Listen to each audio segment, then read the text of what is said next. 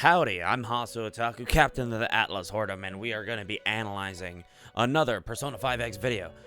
Obviously, we have one here. I'm going to remove the maximization so you guys can see. Gaming Mobile, they uploaded the closed beta test walkthrough for Persona 5X.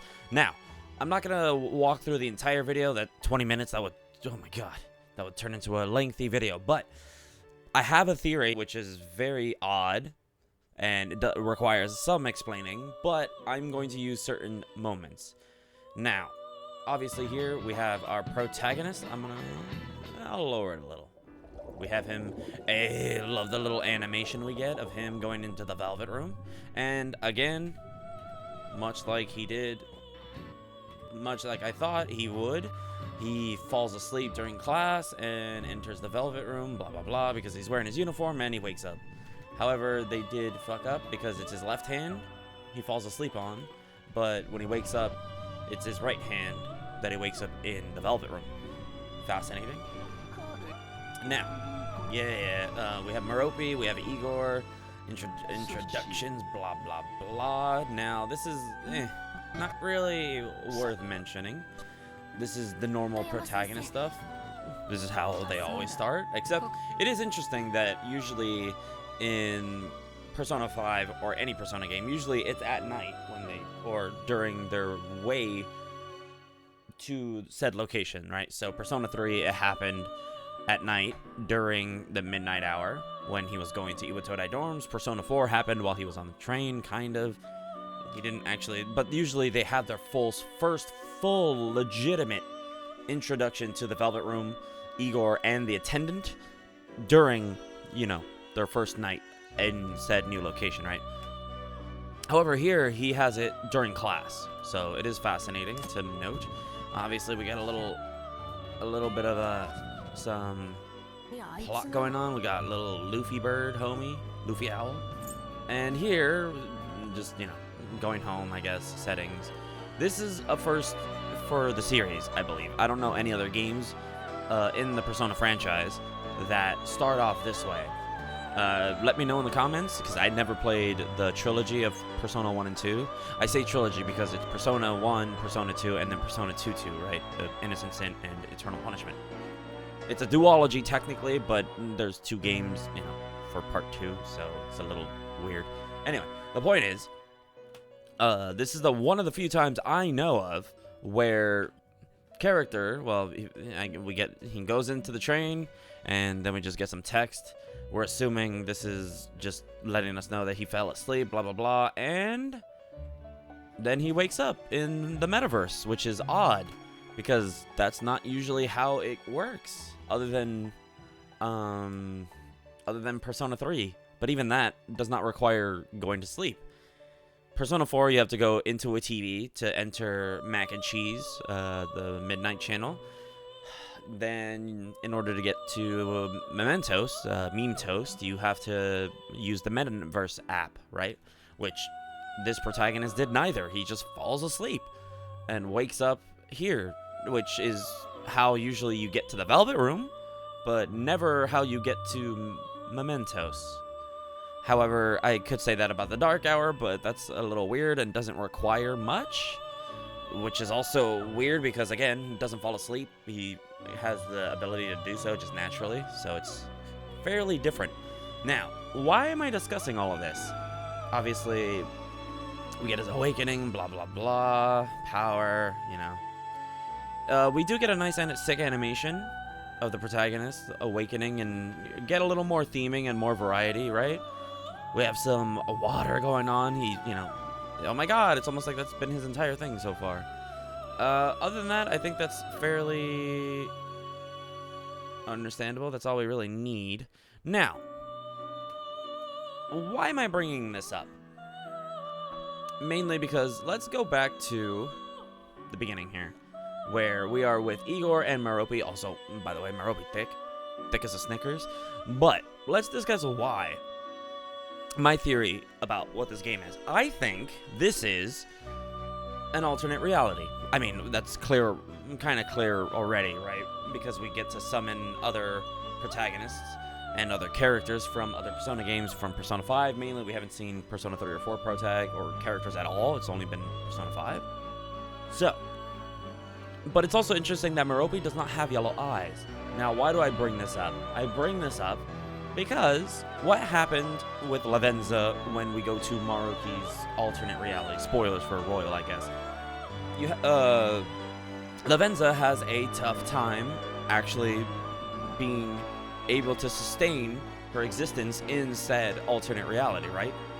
However, Merope lacks the yellow eyes. Why? Because I think this Persona 5X is the the ending where you allow yourself, Joker, to live in said Maruki's reality.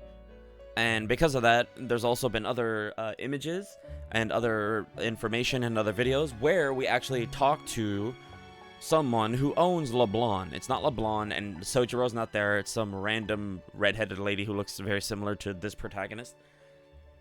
We don't know who she is. We don't know what's going on. So, my brain is thinking, because obviously Sojiro and Futaba, Wakaba, Joker, they're all living their own life, right? They're all doing what they want to do. Instead of, Sojiro's doing that because blah, blah, his own reasons in the actual game. But in reality, they're all probably doing their dream shit, right? So, what if Sojiro isn't there anymore? And that's why she's there. It's an alternate reality, but the alternate reality where everybody is living their dream life, right? I can just do whatever I want. I'm gonna go follow the thing I actually want to do. So Sojiro's not there because he's off doing whatever, something else he wants, right? That maybe he has a passion for, or maybe just to spend time with Wakame and Futaba, right, as a family, which is why he doesn't really need the LeBlanc anymore, and therefore gives ownership to said random lady. And also why we also get summonings for the rest of the cast, right? Because if this is the alternate reality, we're summoning them from the original Persona 5 reality, or Royal or whatever. But this is one of the bad Royal endings, right? The Maruki wins ending. So, it also explains the concept of desirelessness, right? Let's talk about one of the songs that plays. I can actually look it up for you. It is, "You won't need to strive for greatness, believe in me, then you don't need to suffer from anything." Now, what does that illustrate? That, don't worry, don't do anything, right? It's all good, just believe in me and you'll get what you want. What is Persona 5X's core theme that we have been given information on? Desirelessness, right? And what is one way that you can breed desirelessness? When you have everything, right? When you have everything you want, you have nothing. Because you're like, well, fuck, I have everything I want, so I have no desires, right? And what if that is what P5X is? And why this character is where he is as the protagonist? He has had that desirelessness, and why is he the protagonist and not Joker? Oh, well, Joker's time is over, blah, blah, blah. What if it isn't? What if it isn't? What if because Joker gave up being the trickster needed to come back? So, what did they do? They came up with a new protagonist. We need somebody to fix this, right? This new reality needs to be fixed because Joker gave in and allowed this to happen, right? So, hey, now we gotta fix it again, but someone else needs to take the reins because Joker willingly gave up his role. So, now we have this protagonist. And so that's why we have Merope, and she doesn't have yellow eyes because, remember, she is not a real version, technically, right? She is kind of, sort of, but it's this reality's version of that, right? Because since Maruki knows about it, therefore it created one, I guess. Another Velvet Room, kind of, but not to the same effect or abilities as the original timeline. This is his version, right? So he doesn't know how it works, I guess. Whatever. But it's also due to the fact that, again, Lavenza tried being in his reality and couldn't stay very long, which is why she contacts them and then dips, and contacts, blah, blah, blah, back and forth. And then at the end, obviously, everything's set right, and she's capable of just being in the Velvet Room naturally, or even interacting with them in the real world naturally. So, why did they make Merope? Because they needed a Velvet attendant to be capable of being in this space without being affected by it's an alternate reality, blah, blah, blah. But then it's also why she doesn't have yellow eyes. Because, well, she's not to the same manifestation as the other attendants are, or probably to the same power.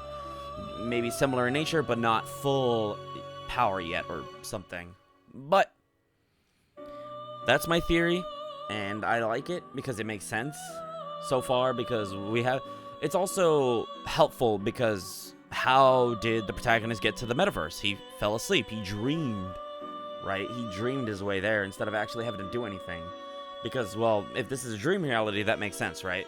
Because everything now is a manifestation. And when you go to sleep, it's the subconscious, but it's basically waking up to the reality of things, right? And Mementos is part of that reality. So it's him going in there to fix everything, right? Because underneath the facade is Mementos, right? The fake, false reality that's going on. I mean, I could be wrong, but let me know.